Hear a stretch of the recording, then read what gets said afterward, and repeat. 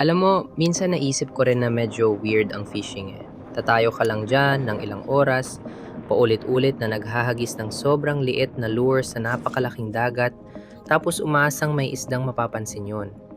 Kadalasan, wala naman. Kaya papalit ka ng lure, babaguhin mo yung retrieve, ilipat ka ng pwesto, tapos bigla kang makakaramdam ng maliit na tap.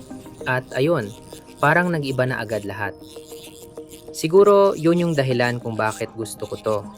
Hindi naman palaging tungkol sa pinakamalaking isda. Minsan gusto mo lang alamin kung ano ba talaga nangyayari sa tubig. Tinitingnan mo yung bait fish, iniisip mo kung may sumusunod ba sa ilalim. Kung tama ba yung lalim, yung bilis, yung galaw ng lure. Tapos biglang may bite.